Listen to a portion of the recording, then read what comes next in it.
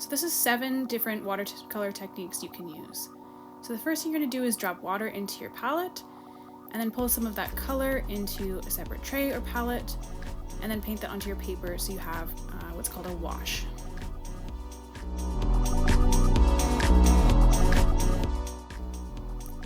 Then I'm going to take some salt and I'll sprinkle it onto my watercolor. Sometimes this works depending on the salt. I use kosher salt. This seems to be the most effective.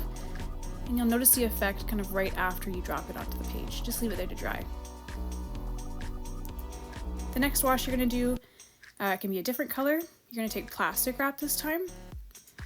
You want to crumple it up to create more texture, place it down onto your paper, and then do not move it once it's on there. So this is what it looks like when it's dry. It has this sort of interesting crinkly texture, but you don't want to move it before it's dry.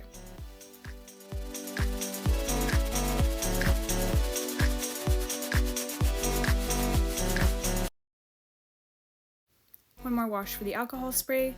This time you take your bottle, got some rubbing alcohol in it, spray it onto your surface. You can see there's a big reaction there. This time we're going to take rubbing alcohol and add this to our wash. So we're just setting down another wash with another color, and I have a dropper for this, and that creates a different effect as well.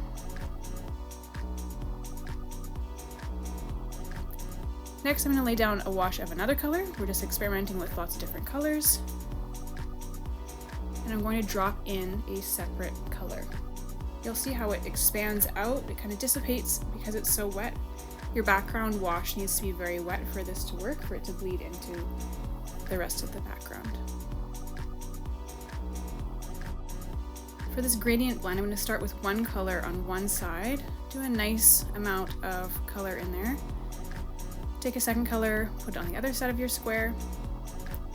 Go about 2/3 of the way over. Take some water and sort of blend those two colors together using your water.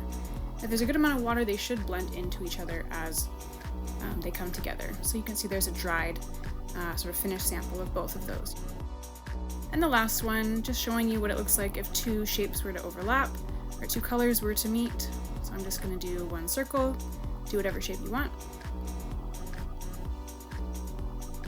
And then a square, I'll start a little bit away. I want to build up some of that color with a wash in that shape, and then I'll extend it out and let that other color flow into it. So you have a bit of a reaction there between the two colors. And you can experiment with that too, making my square bigger here.